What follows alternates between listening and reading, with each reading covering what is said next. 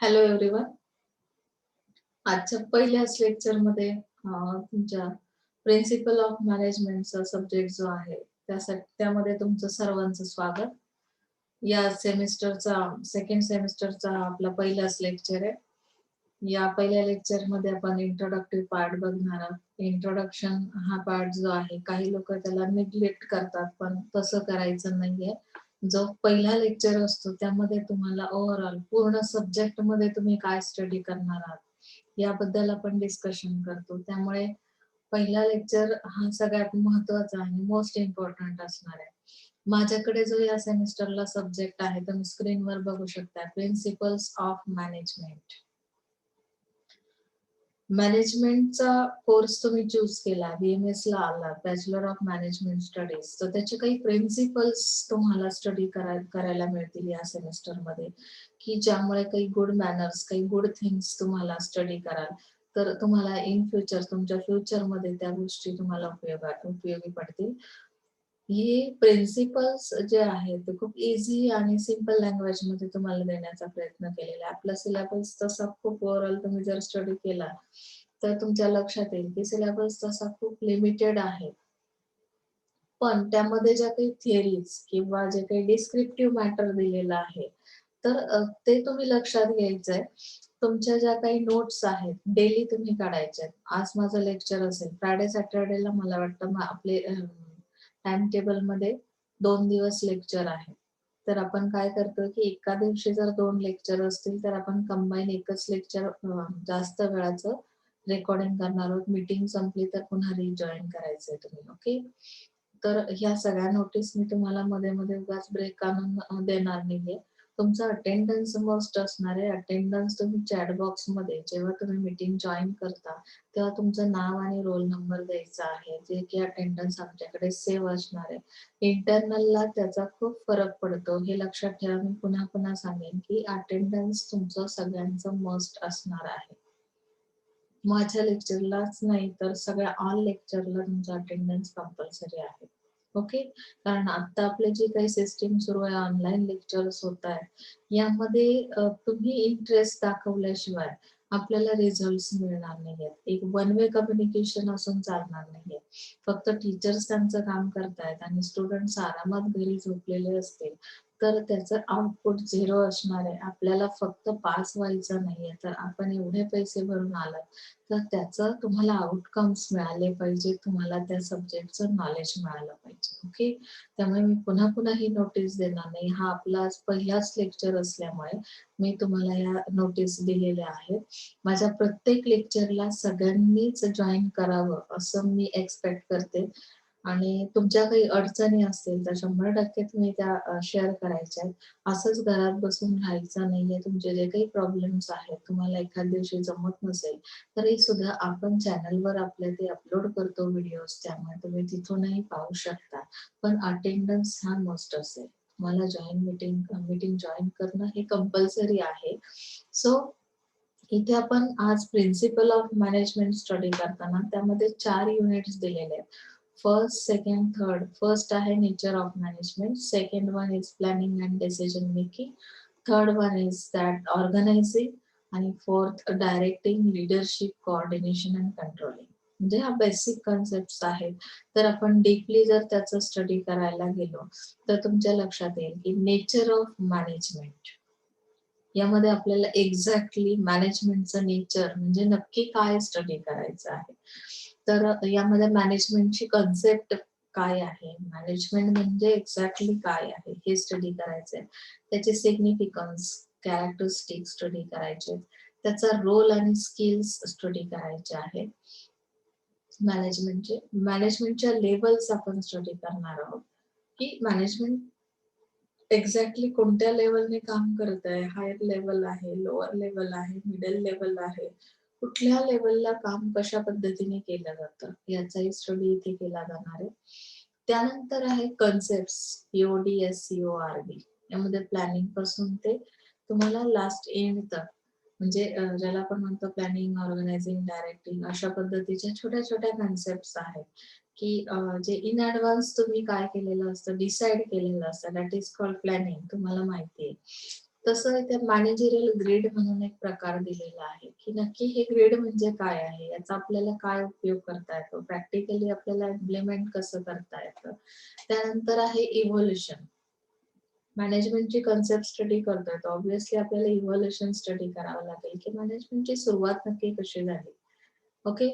Contribution of F W Taylor म्हणजे मॅनेजमेंटचे जे काही कन्सेप्ट पुढे आलेले आहेत, तर एफ-डब्ल्यू टेलर जो आहे त्याचं कॉन्ट्रिब्युशन यामध्ये काय आहे किंवा त्याने कशा पद्धतीने ही कन्सेप्ट पुढे आणलेली आहे. हेनरी फॉल असेल किंवा कंटिन्जन्सी अप्रोच असेल, तर ह्या छोट्या-छोट्या काही थिअरीज आहेत किंवा त्यांच्या कन्सेप्ट त्यांनी मॅनेजमेंटमध्ये कशा आणल्या, तर हे सगळं आपल्याला यामध्ये स्टडी करायला मिळेल.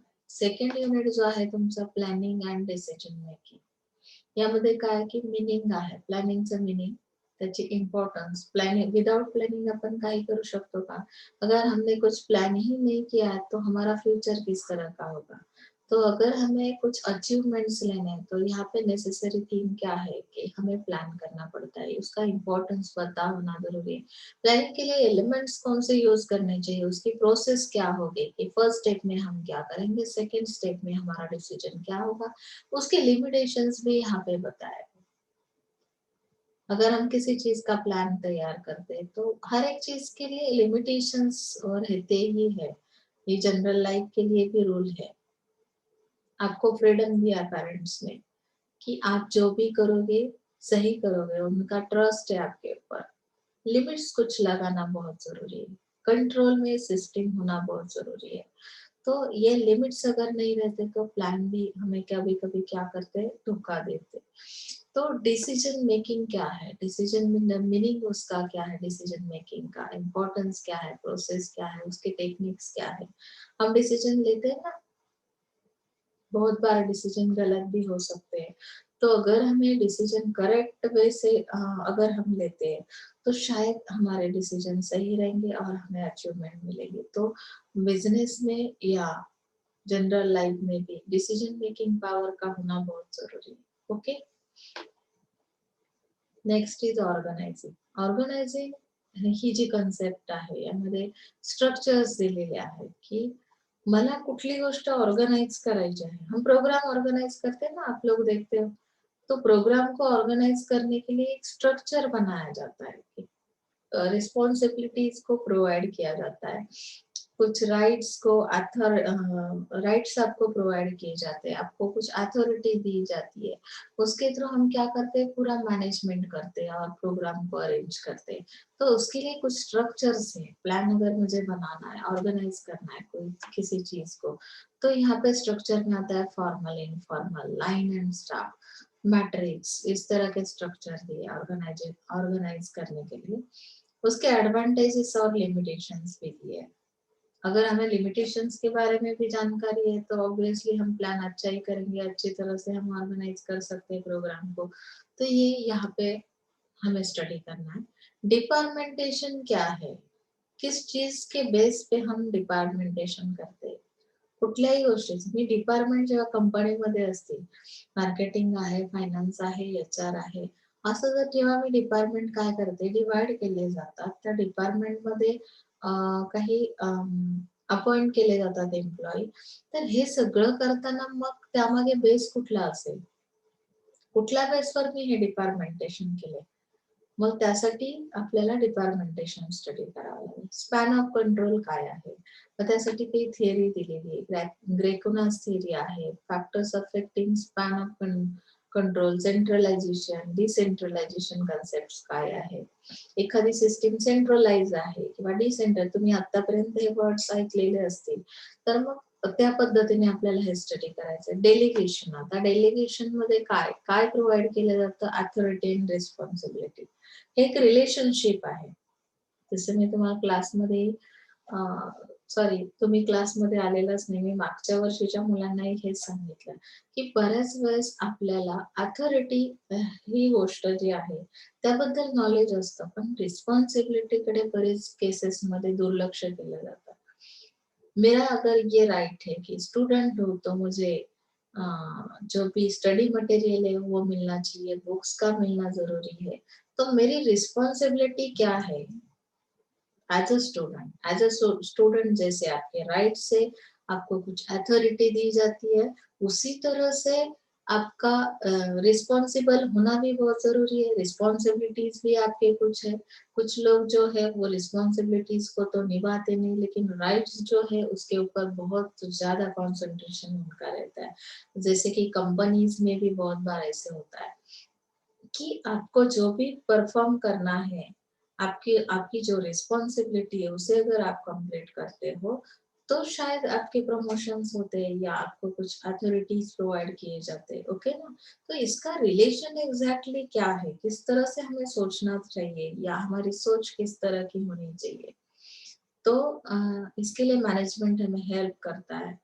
इस तरह के delegation of authority and delegation of responsibility हमें इस सब्जेक्ट के अंदर स्टडी करनी है। बिल्कुल सही डायरेक्शन से आपका सिलेबस बनाया गया है कि फर्स्ट ईयर में आपको कौन सी चीज का नॉलेज होना जरूरी है, सेकेंड स्टेप में आप जब जाओगे सेकेंड ईयर में वहां पे कौन सा नॉलेज होना जरूरी है, और फाइनली आप जब डिग्री लेते हो तो तब आपके नॉलेज में कितनी इम्प्रूवमेंट होगी, या बाहर का जो मार्केट है वहाँ पे आपके इस डिग्री की क्या वैल्यू होगी।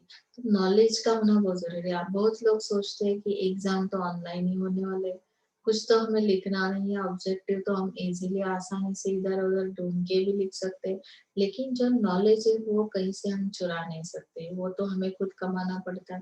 तो लेक्चर्स में अटेंडेंस देना बहुत जरूरी है, जिसकी वजह से आपको ये मैनेजमेंट क्या है समझ में आएगा। ओके, फोर्थ यूनिट है आपका directing, leadership, coordination and controlling. आप देख सकते हैं स्क्रीन पे। तो ये डायरेक्टिंग क्या है, उसकी प्रोसेस क्या है, लीडरशिप क्या है, स्टाइल्स कौन से है लीडरशिप के। हर एक की स्टाइल अलग रहती है ना। जैसे कि कंपनी में भी जो लीडर्स लीडिंग में काम करने वाले पर्सन है, लीडर्स है, तो उनके अंदर कौन सी क्वालिटीज का होना जरूरी है, ये भी हमें देखना है। Qualities of good leader. Coordination मतलब मैनेजमेंट के अंदर कोऑर्डिनेशन का होना जरूरी है। Coordination as an essence of management. Controlling क्या है, कंट्रोलिंग की प्रोसेस क्या है।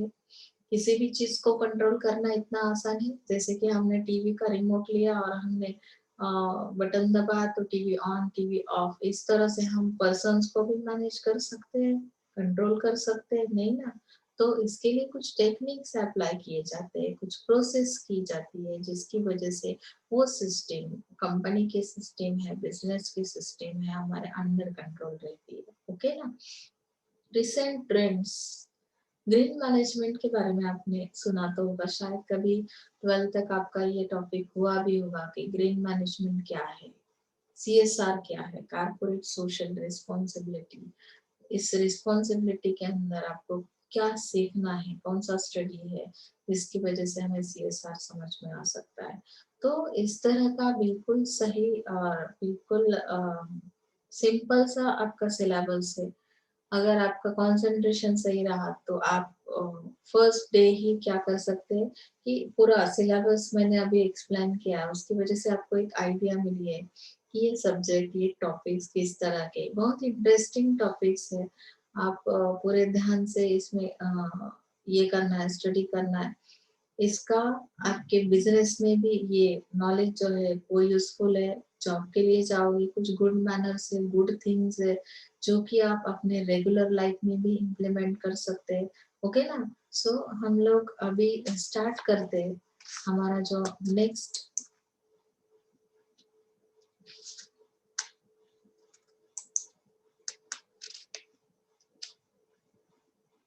पॉइंट है। फर्स्ट पॉइंट कौन सा है देखते हैं, model first, nature of management.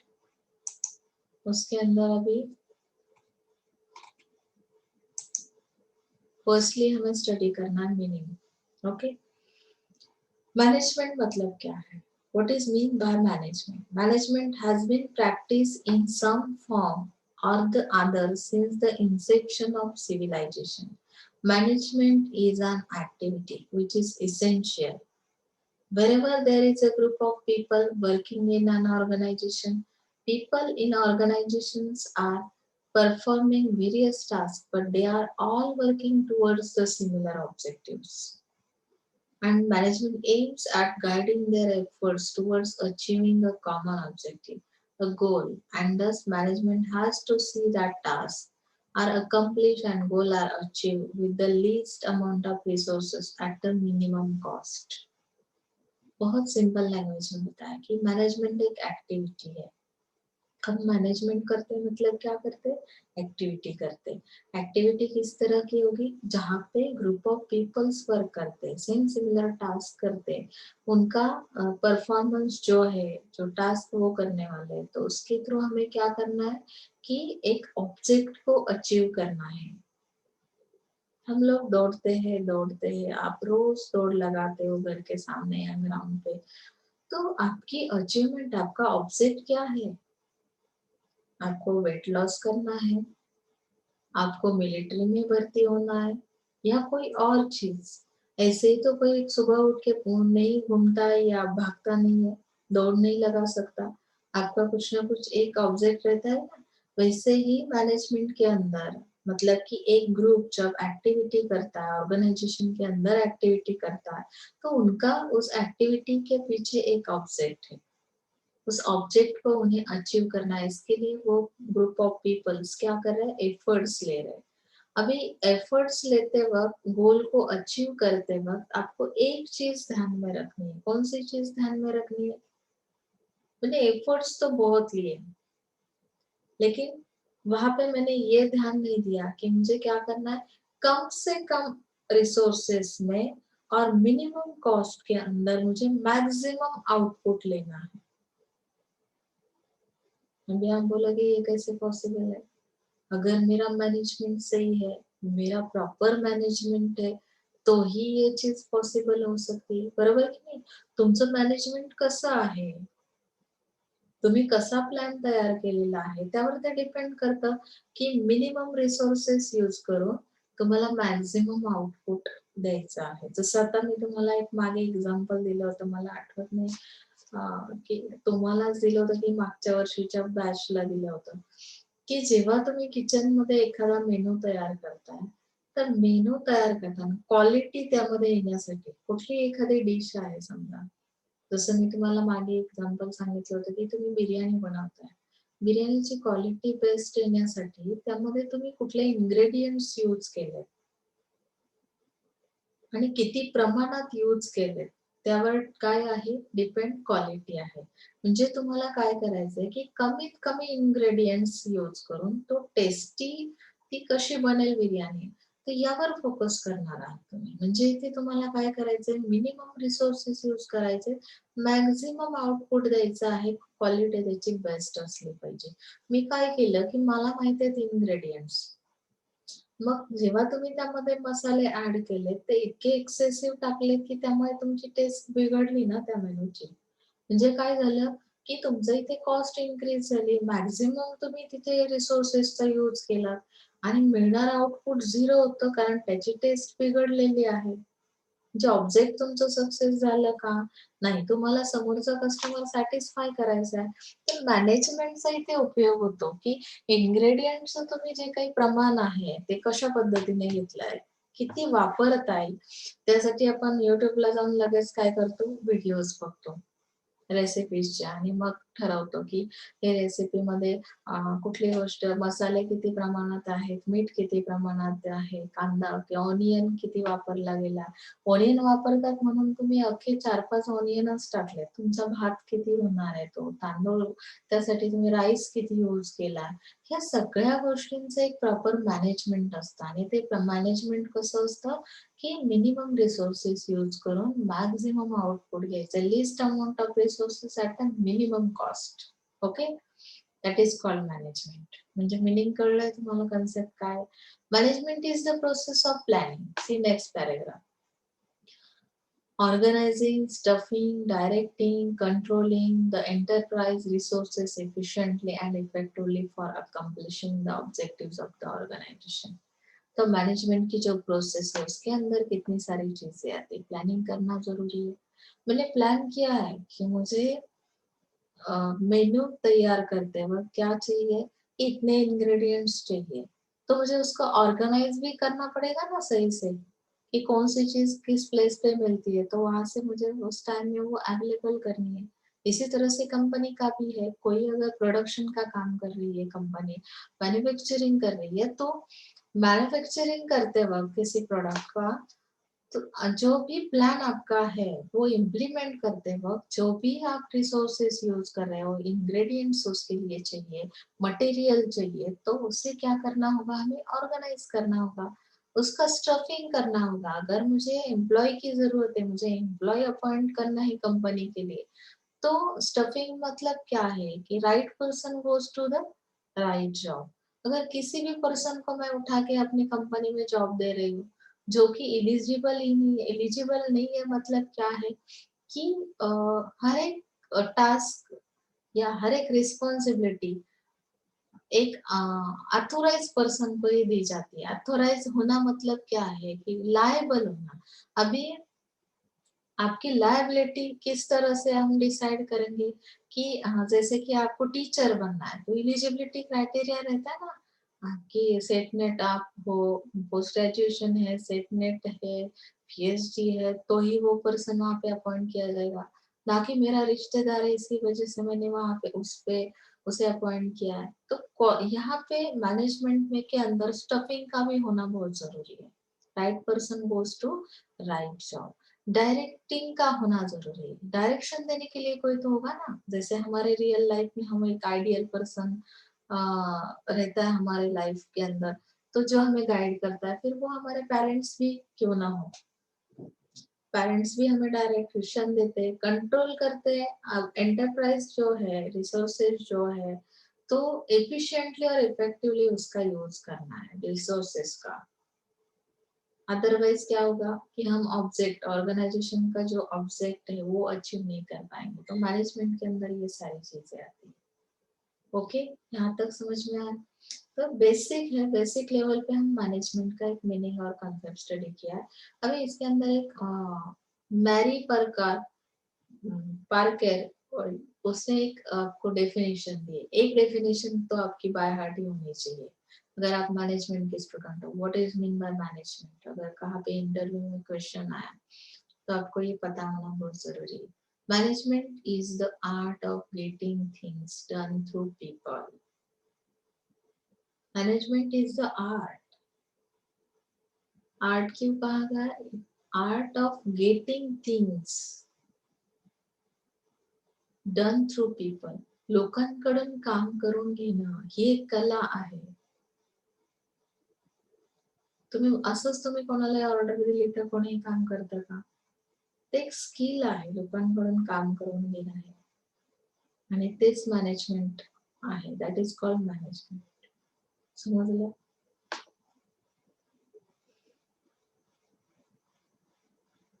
इथपर्यंत आपण डेफिनेशन, मीनिंग, कन्सेप्ट पाहिलेली आहे. पुढे आपण कॅरेक्टरिस्टिक स्टडी करतोय की एक्झॅक्टली मॅनेजमेंट म्हणजे काय आहे. तुम्हाला इथे लक्षात येईल, management is getting things done through people. मी आताच तुम्हाला डेफिनेशन मध्ये सांगितलं. It is not possible for any individual to do all the work by himself. Management की जरूरत ही क्यों है एक्चुअली? कि आप लोग बोलोगे कि दूसरों से काम करवाने से तो अच्छा है कि मैडम हम खुद ही कर लेते। नहीं, लेकिन it is not possible. Why not possible? क्योंकि एक पर्सन की एक कैपेसिटी है, वो जो वर्क है, पूरा काम जो है एक ही पर्सन नहीं कंप्लीट कर सकता। बड़ी ऑर्गेनाइजेशन है आपकी, बहुत सारा काम है, बहुत सारे डिपार्टमेंट्स है, तो कोई एक पर्सन यहाँ इसके लिए रिस्पॉन्सिबल नहीं हो सकता ऑल वर्क के लिए। तो हमें क्या करना पड़ता है, ग्रुप ऑफ पीपल्स यहाँ पे क्या करते हैं, यूनिटी वर्क करते हैं। तो ऑब्वियसली यहाँ पे मैनेजमेंट का होना बहुत जरूरी है। ग्रुप ऑफ पीपल्स जब है, सबको अगर हमने ऑफिसर बना दिया, सब मैनेजर बन गए, तो नीचे का काम करेगा कौन? यहाँ पे जो भी आपके हाथ के जो भी म्हणजे ज्याला आपण म्हणतो की जो लोअर लेवलचा कामगार आहे, एम्प्लॉई आहे, ते काम कोण करणार आहे? स्टफिंग काय करतं, right person goes to the right job. म्हणजे तुम्ही इलिजिबल आहात, तुमचं हायर एज्युकेशन आहे, त्या लेवलच्या पोस्टला तुम्हाला अपॉइंट केलं जातं आणि त्या पद्धतीने तुम्हाला रिस्पॉन्सिबिलिटीज दिल्या जातात. म्हणजे ग्रुप ऑफ पीपल्स जेव्हा एकत्र काम करतात तेव्हा ते एकाच पोस्टला असतात का? नाही. म्हणजेच तिथे काय की लेवल्स ठरवल्या जातात. आपण लेवल्स ऑफ मॅनेजमेंट पुढे बघणारच आहोत. म्हणजे काय की इथे लोकांकडून काम करून घेणं ही जरी कला आहे आणि ती कला म्हणजेच काय आहे ते आर्ट आहे ते मॅनेजमेंट करणार आहे. मॅनेजमेंटमध्ये ह्या सगळ्या गोष्टी का शक्य मॅनेजमेंट का गरजेचं आहे? तर इथे तुम्हाला एक पर्सन सगळीच कामं करू शकणार नाही. इथपर्यंत समजलंय कॅरेक्टरिस्टिक. तुमचे सुद्धा काही इंडिव्हिज्युअल कॅरेक्टरिस्टिक असतात की नाही? तुमचं नेचर एक्सप्लेन केलेलं असतं त्यामध्ये एक प्रकारे, की तुम्ही कसे आहात. सो मॅनेजमेंट कसं आहे, त्यामध्ये काय कुठल्या गोष्टी येतात ते आपण स्टडी करतो. मॅनेजमेंट ही एक प्रोसेस आहे. Management is a process where function or activity and is an ongoing function. This cycle continues till the goals set by administration are not met. Process म्हटलं याला. प्रोसेस कशाला म्हणतो आपण? जेवण बनवणं ही एक प्रोसेस आहे. त्याच्यासोबत ॲग्री आहात सगळेजण? हं. मग मॅनेजमेंट ही सुद्धा एक प्रोसेस है. कारण काय आहे, कि मैनेजमेंट में फंक्शंस आते हैं कुछ, एक्टिविटीज आते हैं, बराबर है ना? हम एक्टिविटी करते हैं, तो ये ऑनगोइंग फंक्शन है। ऑनगोइंग मतलब ये कंटिन्यूअसली चलता रहता है। ऐसा तो नहीं ना कि आज का मैंने मैनेजमेंट कर दिया, कल की कुछ जरूरत नहीं है। कल कोई भी मतलब कि जो एम्प्लॉइज है कल से कोई कुछ भी काम करेगा, ऐसा तो नहीं चलता है। ये हर रोज मैनेजमेंट करना पड़ेगा, हर रोज के लिए ये फंक्शंस रहेंगे। सो it is a ongoing activity, ongoing functions and this cycle continuous when, म्हणजे तुम्हाला कुठपर्यंत ही सायकल कंटिन्यू ठेवणार आहात, की ऍडमिनिस्ट्रेशनने जे काही गोल्स तुमच्यासाठी सेट केलेले आहेत, जोपर्यंत ते गोल्स तुम्ही अचीव्ह करत नाही, तोपर्यंत मॅनेजमेंट हे कंटिन्युअस असणार आहे. त्यामुळे याला आपण कंटिन्युअस काय म्हणू शकतो, की ज्यामध्ये कंटिन्युटी आहे that is called process. Ongoing process. Every day you have to follow the rules, regulations. Okay. Next thing is that management is a universal activity. Universal क्यों बताया? See here, third point. Management is required not only business undertakings but also in every form of group activity. It is applicable to political, social, religious, and educational institutions, and also and management is indispensable when a collective effort is required.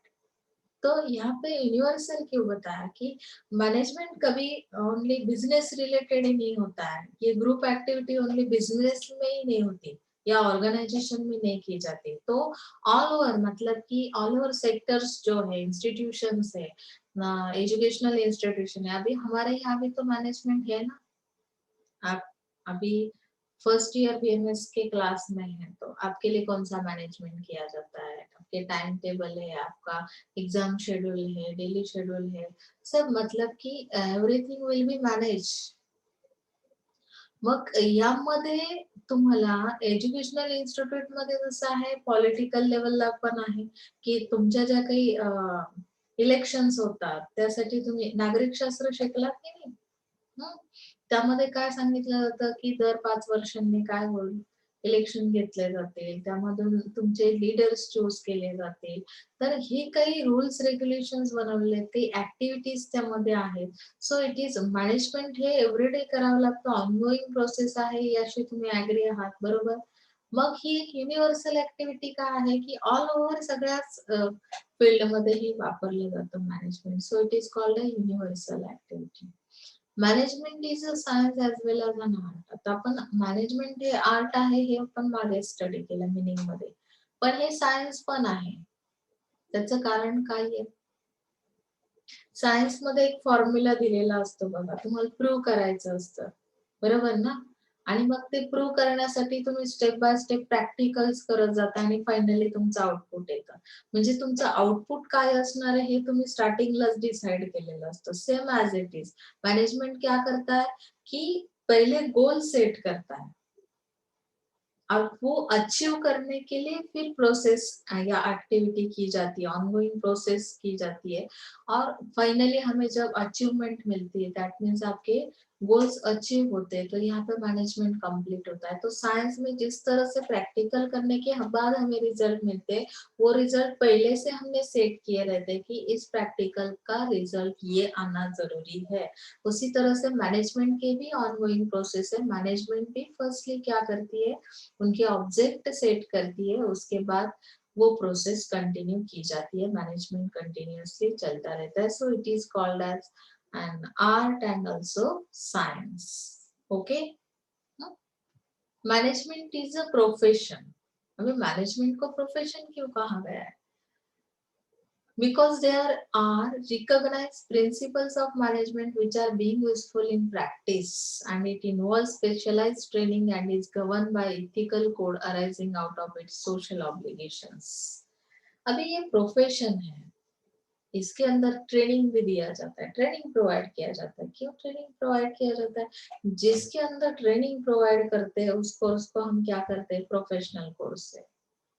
Training लेते हैं मतलब क्या है, ethical code of conduct उसमें रहेंगे, ethical manners आपको सिखाए जाएंगे, सोशल ऑब्लिगेशंस यानी कि सोसाइटी भी कुछ रूल्स रेगुलेशंस बनाती है और उसके अंदर आपका बिहेवियर है, आप सोसाइटी के रूल्स फॉलो कर रहे हो तो शायद आप एथिकल पर्सन हो या आपका बिहेवियर सही है। हम लोग बोलते हैं ना, कुछ लोग एबनॉर्मल एक्टिविटीज करते हैं। एबनॉर्मल मतलब अगर मैंने यहाँ पे कुछ जोक किया, मैं पढ़ा रही हूँ, फिर भी कुछ बच्चे अगर कुछ अदर एक्टिविटीज कर रहे हैं, बच्चों को आदत रहती है ना बीच में स्क्रीन पे कुछ इधर उधर कर देते हैं, या आवाज आ रही है फिर भी बोल देते हैं कि नहीं आ रही है। तो ये एबनॉर्मल एक्टिविटीज जो है, इस तरह का बिहेवियर अगर है तो आप क्या नहीं कर रहे हो कि इथिकल कोड्स आपके पास नहीं, इथिकल मैनर्स नहीं है आपके पास। ये मैनर्स आते कहाँ से, इसके लिए भी तो ट्रेनिंग दिया जाता है। और जो ट्रेनिंग आपके एक्चुअल लाइफ में यूजफुल है, मतलब जो प्रोफेशन आपने चूज किया, आप डॉक्टर हो, जैसे मैंने लास्ट टाइम में भी आपको बताया था, अगर आप डॉक्टर हो तो ऐसा तो नहीं ना कि डॉक्टर के लिए एक कोड दिया है, ड्रेस कोड, व्हाइट कोड है उनका, तो वो व्हाइट इसमें ही आपको दिखाई देंगे। अगर कभी गलती से भी उन्होंने ब्लैक कोट पहन के वो हॉस्पिटल में पहुंच जाते, तो दैट मीन्स वो रूल्स को फॉलो नहीं कर रहे, जो सोशल रूल्स बनाए गए हैं। आपका प्रोफेशन क्या है, मैनेजमेंट क्या कहता है कि इट इज अ प्रोफेशन, तो प्रोफेशन के हिसाब से आपको ट्रेनिंग प्रोवाइड किया गया, ethical code of conduct decide किए गए सोशल ऑब्लिगेशंस के थ्रू, और वो फॉलो करना आपको नेसेसरी है, प्रैक्टिस में लाना बहुत जरूरी है। So it is management is called a profession. Okay, समझते हैं इस management is a multi disciplinary.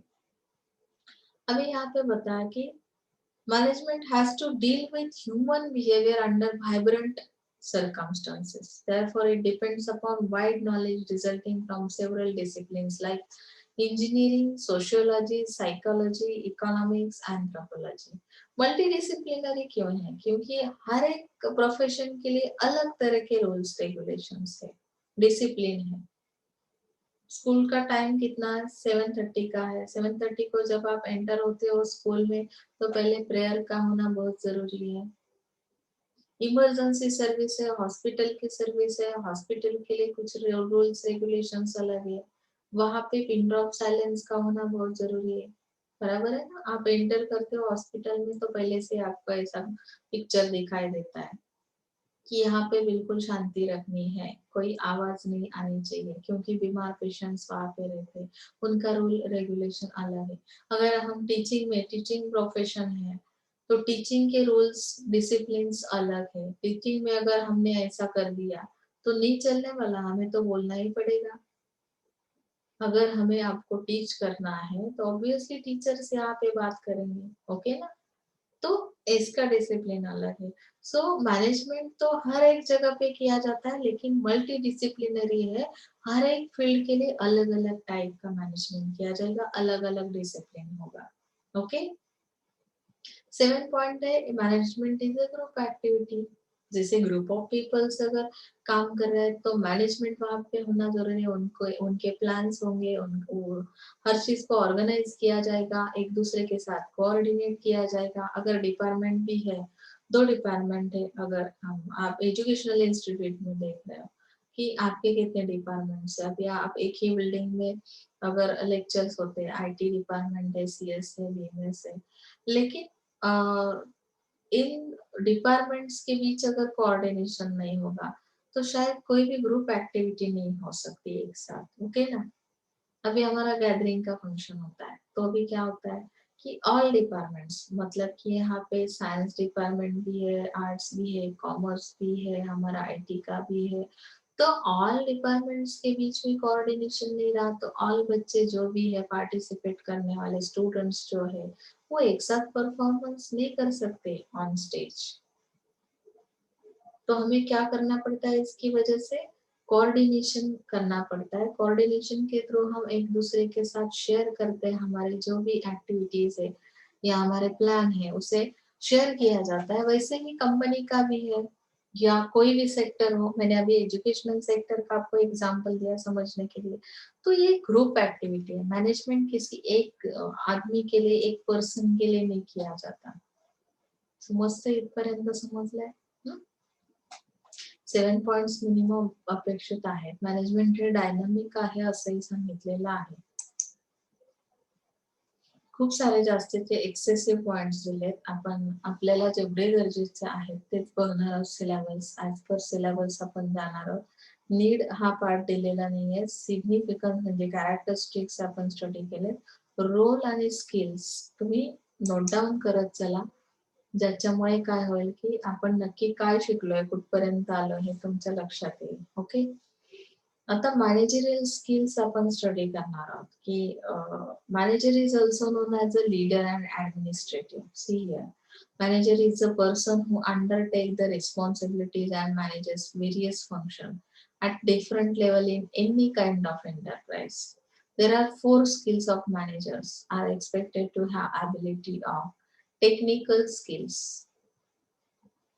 Manager अगर लीडिंग में काम करता है, लीडर है वो आपका, एडमिनिस्ट्रेशन करता है, तो उसके कुछ रिस्पॉन्सिबिलिटीज भी है, उसके पास कुछ स्किल्स का होना जरूरी है। वो एबल है या नहीं है ये कैसे हम कंसिडर करेंगे, तो उसके लिए हमने एक क्राइटेरिया रखा है कि अगर आप लीडर हो, मैनेजर हो, तो आपके पास ये स्किल का होना बहुत जरूरी है। अगर वो स्किल आपके अंदर नहीं है तो आप मैनेजर बन ही नहीं सकते। ओके ना। So, let's see the technical skill that reflect both an understanding of an expertise is a specialized field. For example, manager may have technical skill in manufacturing, accounting, finance, costing, engineering और computer science. Technical skill नहीं है और आप उस department के manager हो, कुछ भी डिफॉल्ट होता है तो मैनेजर को ही नहीं पता चल रहा, ऐसा तो नहीं होगा, तो फिर हमारा मैनेजमेंट प्रॉपर होगा ही नहीं। ओके ना। तो आपके अंदर टेक्निकल स्किल का होना बहुत जरूरी है। नेक्स्ट थिंग है ह्यूमन स्किल भी जरूरी है।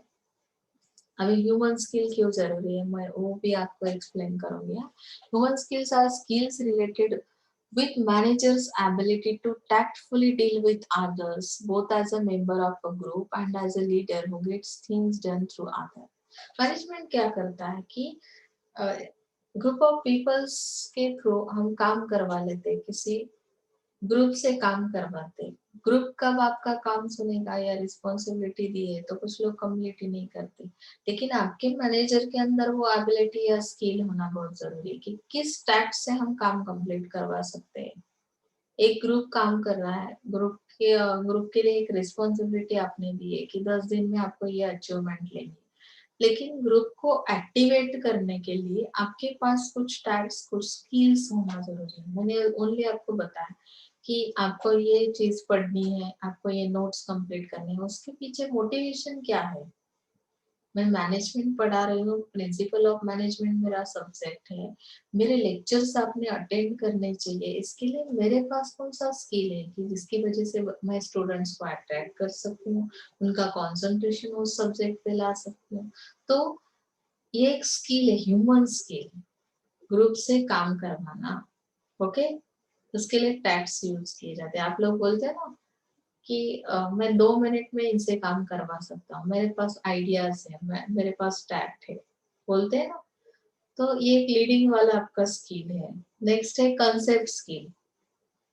अब इस कंसेप्ट स्किल किस चीज के रिलेटेड है? It is related to the ability to imagine the organization as a whole, differentiate interrelationships among its diverse parts, and understand how the organization fits into the wider framework of the industry and community and the world. Conceptual skills coupled with technical skill, human skill, and knowledge base are important components in organization performance.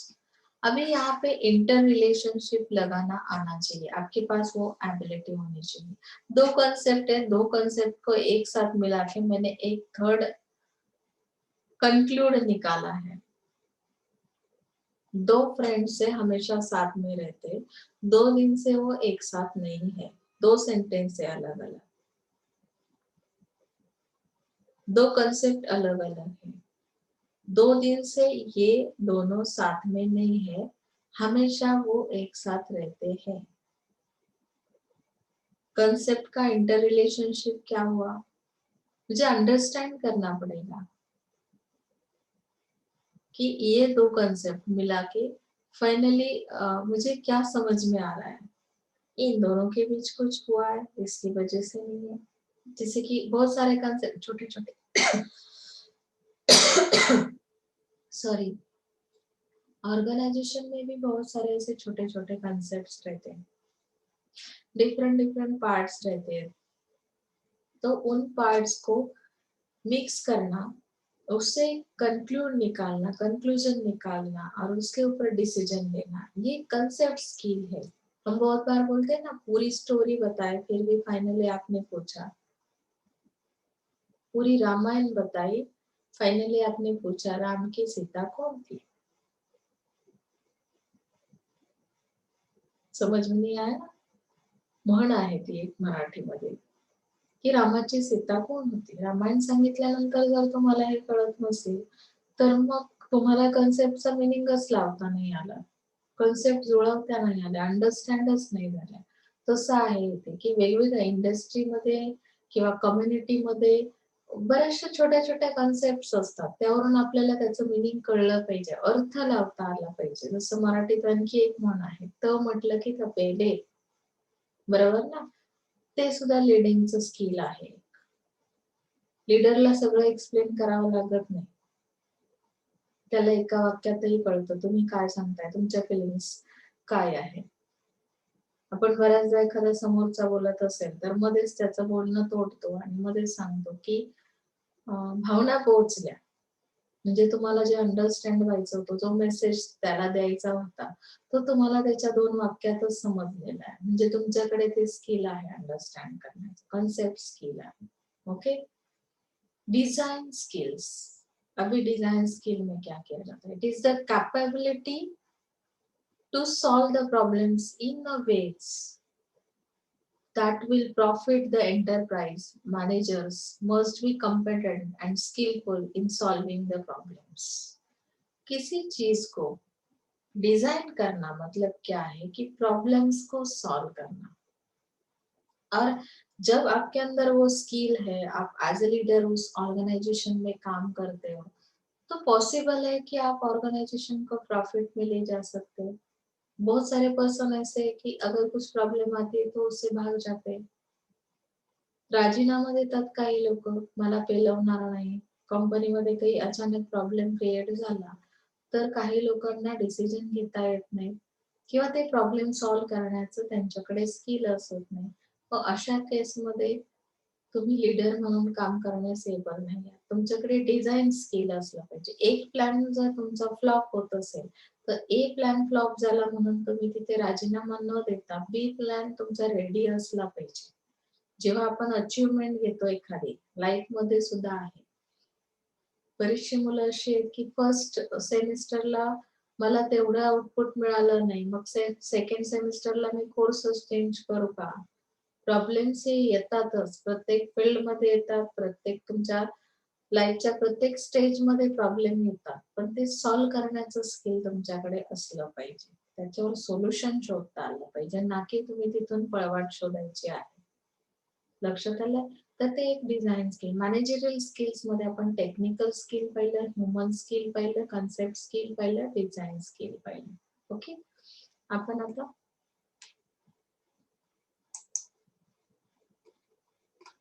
तुम्ही इथे design skill बघू शकता. Diagram मध्ये तुम्हाला दिसेल की design skills मध्ये त्यांनी कशा पद्धतीने प्रॉब्लेम्स कुठे कुठे कशा पद्धतीने येतात, कसं सोडवताय.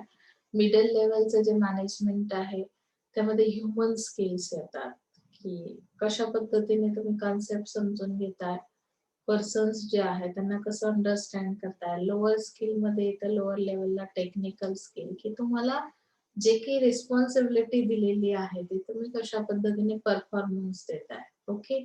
तुम्ही मेकॅनिकल इंजिनियर आहात, तुम्हाला कुठल्याच इंजिनचा प्रॉब्लेम कुठल्याच मशीनचा समजत नाही, डिफॉल्टच समजत नाही. काही अर्थ आहे का तुमच्याकडे जर टेक्निकल स्किलच नाहीये, तुम्ही फक्त पुस्तकी डिग्री घेतलेली असेल तर काही अर्थ राहणार नाहीये. सो तुम्हाला इथे ह्या गोष्टी लक्षात ठेवणं खूप गरजेचं आहे. इथे तर आपण टर्म बघतोय की लेवल्स ऑफ मॅनेजमेंट, हाही तुमच्या सिलेबसचा एक पार्ट आहे. It refers to a line of segregation between various managerial positions in an organization. The level of management can be classified in these broad categories. अभी हम लोग देख सकते हैं यहाँ पे लेवल ऑफ मैनेजमेंट में टॉप लेवल मैनेजमेंट है, मिडिल लेवल है, लोअर लेवल है. तो उन्होंने टॉप में कौन सी चीज बताई है, एडमिनिस्ट्रेटिव में काम करने वाले जो पर्सन है that is called top level management. अभी मिडिल लेवल में कौन है, executive person. Okay. And third में सुपरवाइजरी पर्सन जो है first line managers that is called lower level management. तो हम लोग अभी वन बाय वन इसको स्टडी करेंगे. आप लोग यहाँ पे डायग्राम भी देख सकते हैं. टॉप लेवल में चेयरमैन, प्रेसिडेंट, वाइस प्रेसिडेंट. अगर आपको पूछा ना कि आपका टॉप लेवल मैनेजमेंट कौन है, कौन से पर्सन है, तो आपको चेयर पर्सन का नाम तो पता रहता है, आपके प्रोस्पेक्ट के अंदर है, प्रेसिडेंट्स कौन है, वाइस प्रेसिडेंट कौन है. तो मिडल लेवल में हेड ऑफ डिपार्टमेंट्स, हर एक डिपार्टमेंट के लिए हेड को अपॉइंट किया जाता है ना, तो that is called middle level management. Divisional heads भी रहते हैं. लोअर लेवल में आता है फर्स्ट लाइन सुपरवाइजर यानी कि फोरमैन. ये पोस्ट आपने सुनी होगी कभी ना कभी. तो यहाँ पे उनकी रिस्पॉन्सिबिलिटीज भी दी है कि ये लोग फोरमैन क्या करता है, रिपोर्ट टू मिडल लेवल यानी कि उनके ऊपर जो मैनेजमेंट है उनको रिपोर्टिंग किया जाता है. सुपरवाइज एम्प्लॉय, एम्प्लॉय को सुपरवाइज किया जाता है. Coordinate various activities, carry out day to day operations. तो ये इनकी रिस्पॉन्सिबिलिटी है. ये लोग क्या करते हैं, ये मिडिल लेवल वाले टॉप लेवल को रिपोर्टिंग करते हैं. Keep an on I on first liner managers, develop and implement activities and distribute resources also. जो भी रिसोर्सेस है वो डिस्ट्रीब्यूट किए जाते हैं. आपके पास मशीनरी है, कुछ मटेरियल है, वो क्या किया जाता है, डिस्ट्रीब्यूट किया जाता है. एक्टिविटीज को डेवलप किया जाता है, इम्प्लीमेंट किया जाता है इनके थ्रू, मिडिल लेवल मैनेजमेंट के थ्रू. ओके. तो मस्त इथे आता टॉप लेवल मॅनेजर्स काय काय करतात बघू शकतो आपण इथे. Top level managers are answerable for the overall direction and operations of an organization. म्हणजे जैसे हम देखते हैं ना कि इस चीज के लिए मैं आंसरेबल नहीं हूँ, हम बहुत बार रिस्पॉन्सिबिलिटी लेते ही नहीं है. आप फर्स्ट ईयर बीएमएस के स्टूडेंट हो, मैंने एक क्वेश्चन एक पूछा कि आपका अटेंडेंस लो क्यों है, इसके लिए मैं आंसरेबल नहीं हूँ. आप लोगों ने बताया क्यों नहीं हो आंसरेबल, क्योंकि आप रिस्पॉन्सिबिलिटी लेते नहीं है, इसके लिए आप टॉप लेवल में नहीं जा सकते. जो लोग आंसरेबल है जिस चीज के लिए, कंपनी का जो भी प्रॉफिट हो रहा है, नुकसान हो रहा है, क्यों हो रहा है, इसका आंसर आपके पास होना बहुत जरूरी है. तो टॉप लेवल मैनेजर्स जो है वो आंसरेबल है for all the overall direction and operations of an organization. Organization कौन सा ऑपरेशन करेगी, किस टाइम में करेगी, तो ये सब चीजों के लिए डायरेक्शन कौन प्रोवाइड करेगा, आपका टॉप लेवल में टॉप लेवल मैनेजमेंट करेगी. Mainly they are accountable for framing organizational goals. मतलब कि टॉप लेवल के लोग ही क्या करते हैं, गोल्स को डिसाइड करते हैं. ये ऑर्गेनाइजेशन की गोल्स क्या है, किस तरह से हमें काम करना होगा, defining strategies for accomplishing them, monitoring and implementing decision. यानी कि स्ट्रैटेजी भी वो लोग डिफाइन करते हैं कि मुझे अगर ये अचीवमेंट लेनी तो मेरी स्ट्रैटेजी क्या होना जरूरी है। जैसे कि मैंने डिसाइड किया कि इस साल तो मुझे डिस्टिंक्शन लेना ही है। डिस्टिंक्शन लेने के लिए फिर मैंने कौन सी स्ट्रैटेजी अप्लाई की, मैंने everyday 2 to 3 hours time period रखा स्टडी के लिए, जिसकी वजह से मैंने क्या किया कि टॉप किया।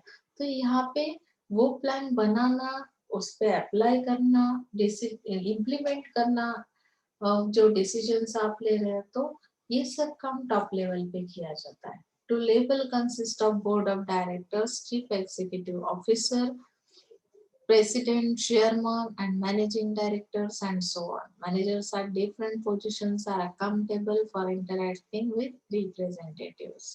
तो उनका टॉप लेवल मैनेजमेंट का रोल बताया कि less down the basic objectives and overall policies of the enterprise. जैसे मैंने स्टार्टिंग में बताया कि ये लोग ऑब्जेक्ट डिसाइड करते हैं, पॉलिसीज को डिसाइड किया जाता है, उनका रोल ये है।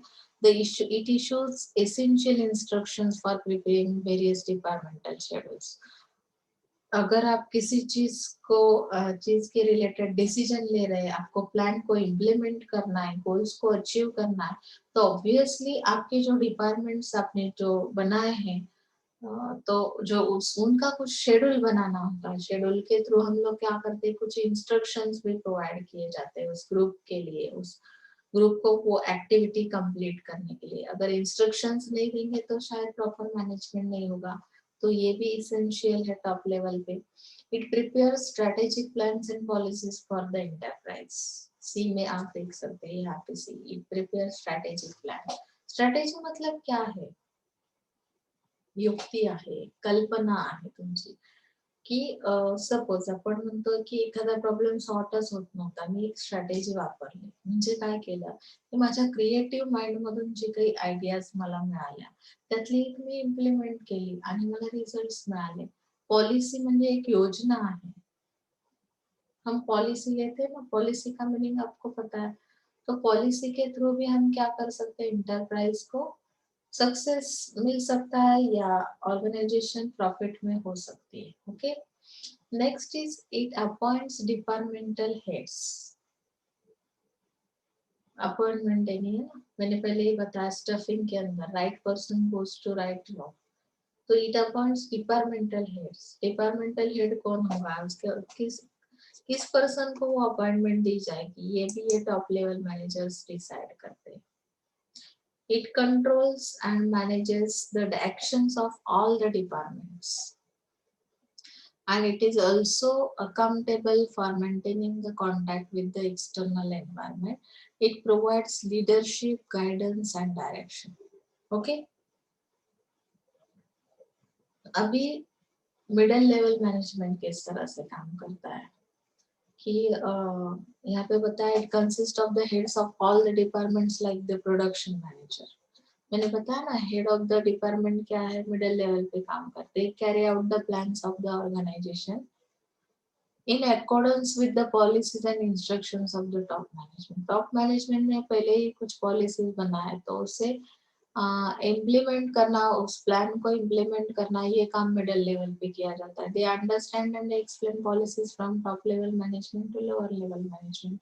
अभी आपके नीचे भी एक ग्रुप काम करने वाला है, तो उनके साथ उन्हें भी उस इंस्ट्रक्शंस को प्रोवाइड करना या वो पॉलिसीज को अंडरस्टैंड करना खुद पहले, और उससे जो लोअर लेवल के पर्सन से उनके लिए भी वो पॉलिसीज एक्सप्लेन करना, ये भी रिस्पॉन्सिबिलिटी मिडिल लेवल पे आती है। मतलब इन दोनों का कोऑर्डिनेशन, जो टॉप लेवल का मैनेजमेंट है और लोअर का है, तो इनके बीच जो मिडिल लेवल का मैनेजमेंट काम कर रहा है, वो क्या करता है, दोनों के साथ कोऑर्डिनेशन करता है। ऊपर से जो ऑर्डर्स आते हैं वो लोअर लेवल को दिए जाते हैं, लोअर लेवल का जो परफॉर्मेंस है उनका रिपोर्ट हायर लेवल तक किया जाता है। तो इस तरह से ये कोऑर्डिनेशन चलता है। Formulation of suitable policies at the departmental level, मतलब कि फॉर्म करना है formulation of suitable policy. Policies तो 3-4 है, डिपार्टमेंट कौन सा है, किस डिपार्टमेंट के लिए कौन सी पॉलिसी सुटेबल है, ये डिसीजन लेना भी ये मिडिल लेवल का काम है। Periodical review of performance, periodical मतलब मैंने वीकली रिपोर्ट बना दी, मंथली रिपोर्ट बना दी, हाफ ईयरली रिपोर्ट बना दी, तो ये परफॉर्मेंस जो ग्रुप है काम कर रहा है, एक्टिविटी कर रहा है, उनका परफॉर्मेंस किस तरह का है, तो पीरियोडिकल रिव्यू आपको लेना मिडिल लेवल मैनेजमेंट का काम है। Interaction with the subordinate staff. अभी आप बोलोगे इंटरेक्शन की क्या जरूरत है मैडम, इंटरेक्शन नहीं होगा तो क्या होगा, तो यहाँ पे हम देख सकते हैं interaction with the subordinate staff, interaction की वजह से ही आप लोग क्या कर सकते हैं, गाइड कर सकते हैं, डायरेक्ट कर सकते हैं, कंट्रोल में रख सकते हैं स्टाफ को, और मोटिवेट भी कर सकते हैं। तो विदाउट इंटरेक्शन ये पॉसिबल नहीं है। ओनली आप मैनेजर हो और आपका इंटरेक्शन नहीं सही से, अगर सामने वाला ग्रुप जो काम करने वाला है, तो वो लोग आपके ऑर्डर्स फॉलो ही नहीं कर सकते। ओके ना, तो ये यहाँ तक हम लोग आज के लिए रुकते। नेक्स्ट लेक्चर में हम लोअर लेवल मैनेजमेंट भी स्टडी करेंगे। ओके ना, क्योंकि एक ही दिन में अगर बहुत ज्यादा सिलेबस हुआ तो शायद आप उस पर कॉन्सेंट्रेट नहीं करेंगे, तो हम लोग आज के लिए यहाँ रुकते। कोई भी प्रॉब्लम अगर आपको है लेक्चर के अंदर तो आप पूछ सकते हैं। So thank you so much.